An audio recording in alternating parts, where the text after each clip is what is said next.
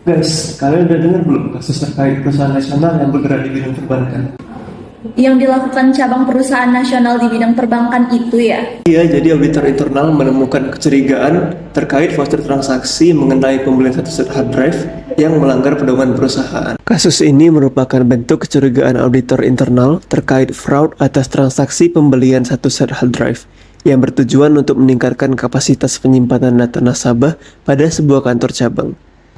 Berdasarkan deskripsi kasus, nilai transaksi dianggap material, tetapi dalam rentang harga yang wajar. Kecurigaan dimulai dari voucher transaksi yang menunjukkan bahwa alamat vendor yang mensuplai pembelian perangkat tersebut terletak di area residensial di sebuah daerah di luar Jakarta. Sedangkan, perusahaan perangkat multinasional tersebut merupakan perusahaan yang hanya memiliki distributor utama di wilayah ibu kota Jakarta Pusat dan tidak memiliki distributor eceran di daerah lain.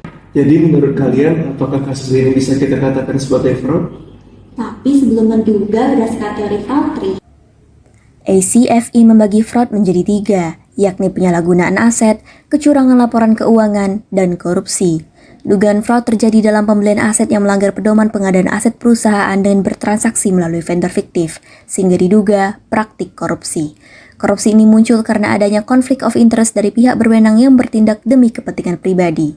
Pengembangan fraud triangle teori menimbulkan fraud diamond theory, di mana penyebab terjadinya korupsi adalah tekanan, kesempatan, alasan rasional, dan kemampuan. Diduga, kasus yang terjadi dalam perusahaan perbankan keuangan berupa rekayasa skema pengadaan barang.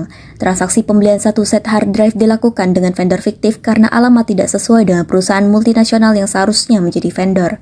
Kemungkinan terdapat kerjasama dengan pihak-pihak lain yang terindikasi. terus apa mungkin rekayasa ini cuma dari divisi IT aja? Gak mungkin sih, diduga ada 5 pihak yang terlibat selain divisi IT, yaitu divisi keuangan, divisi pengadaan barang, vendor X luar Jakarta, supervisor penunjang operasional, dan top level management yang saling bekerja sama atau tidak menjalankan kewajibannya dengan baik. Fraud diduga dimulai sejak awal proses perencanaan pengadaan satu set hard drive dengan vendor yang berbeda, sampai melakukan transaksi pembelian sesuai voucher transaksi.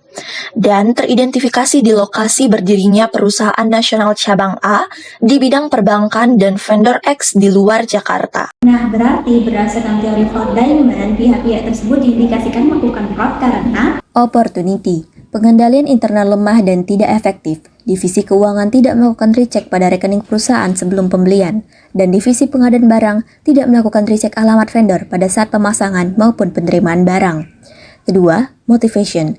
Kemungkinan divisi IT membutuhkan finansial yang mendesak dan menerima tekanan dari top level manajemen untuk memasukkan vendor lain dalam sistem informasi pengadaan barang dan jasa. Capability. Top level manajemen memegang kendali untuk menekan divisi IT melaksanakan perintahnya. Mereka memiliki akses tentang sistem informasi perusahaan terkait alur pengadaan barang dan jasa. Rationalization. Divisi IT merasa aman karena mengikuti arahan dari top level manajemen. Harga yang ditawarkan vendor fiktif dalam batas wajar dan memiliki spesifikasi produk yang sama dengan vendor utama.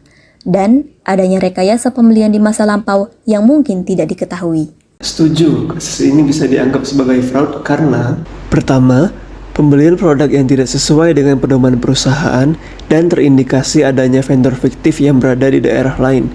Kedua, alamat vendor tersebut berada di sebuah daerah di luar Jakarta dan diduga area tersebut merupakan area residensial.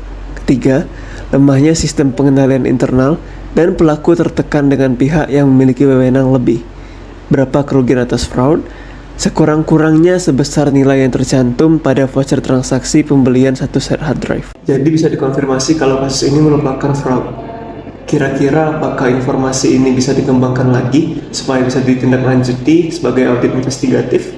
Kalau dilihat dari sudut asersi manajemen, berdasarkan kategori golongan transaksi dan kejadian selama periode, voucher transaksi belum dapat dipastikan keabsahannya. Demikian pula dengan nilai transaksi pembelian set hard drive yang material menunjukkan bahwa akurasi tidak tercapai. Sementara itu apabila kita lihat dari sisi materialitas, keamanan hard drive diragukan karena pembelian perangkat dilakukan di area residensial. Apabila hard drive mengalami kerusakan, data-data nasabah menjadi bocor. tingkat kepercayaan nasabah terhadap perusahaan menurun, sehingga perusahaan dapat dipastikan akan mengalami kerugian. Dari sisi regulasi, sebagai sebuah perusahaan di bidang perbankan keuangan, perusahaan hanya dapat menggunakan satu jenis produk yang dibuat sebuah perusahaan perangkat multinasional yang telah disertifikasi keamanannya.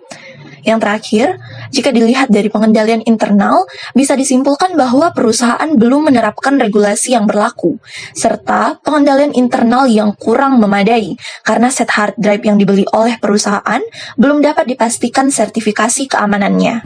Oleh karena itu, berdasarkan informasi tadi, kita bisa mendapatkan hipotesis kalau Divisi IT dan top level management terindikasi melakukan kasus fraud pada transaksi pembelian aset berupa satu set hard drive dengan rekayasa skema pengadaan barang dan terindikasi korupsi jenis conflict of interest. Kalau gitu, program audit yang dapat dilakukan untuk kasus ini, pertama, pemeriksaan atau pengujian fisik, yakni memeriksa voucher transaksi pembelian dan dokumen.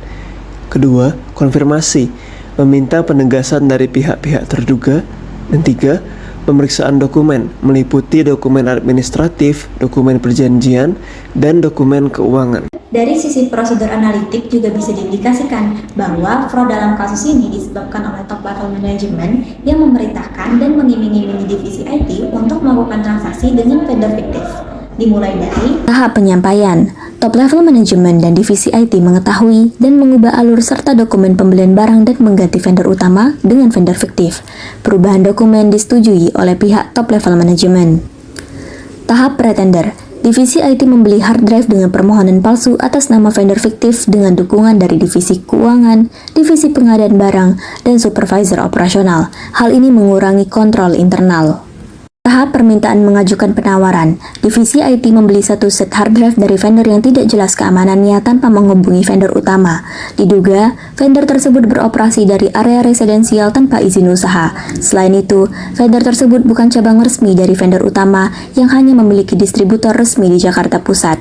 Divisi IT kemudian berkomunikasi dengan vendor fiktif yang setuju untuk menyediakan hard drive dengan spesifikasi yang mirip bahkan persis dengan yang telah disertifikasi keamanannya agar tidak menimbulkan kecurigaan. Divisi pengadaan barang diduga melakukan pembelian yang seharusnya diawasi secara ketat oleh supervisor penunjang operasional.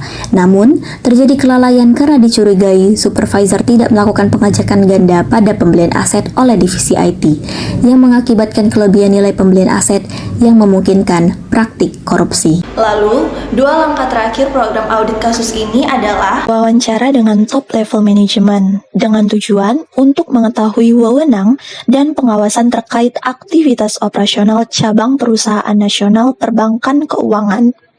Kemudian, dengan divisi IT, divisi keuangan, dan divisi pengadaan barang untuk mengetahui informasi terkait alur pembelian dan pengadaan barang dan jasa, serta pengawasan dan data keuangan.